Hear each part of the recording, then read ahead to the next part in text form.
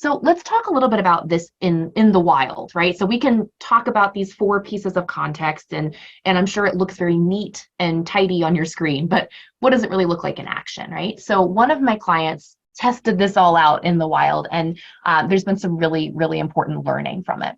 So one of the ways that they wanted to look at context was they were curious about how strongly or how well the nonprofits defined their impact, and also whether or not that organization was contributing to that impact or generating that impact entirely on their own. This kind of gets to the how and the what.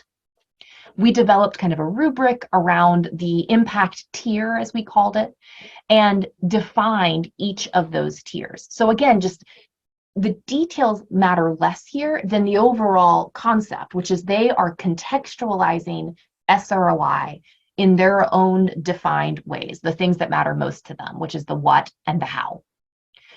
When we first rank order by SROI, which makes us cringe here at True Impact, they had a quick rundown of which organizations were most effective in terms of increasing access to post-secondary education.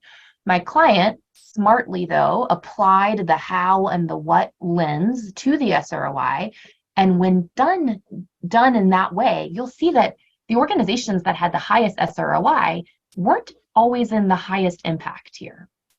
So with that context in place, the how and the what, my client was able to then organize SROI by impact tier. They were then able to see within each tier which organizations are highest performing. So this kind of lens brings so much depth and deep understanding of what these organizations are doing to the table when you're using SROI.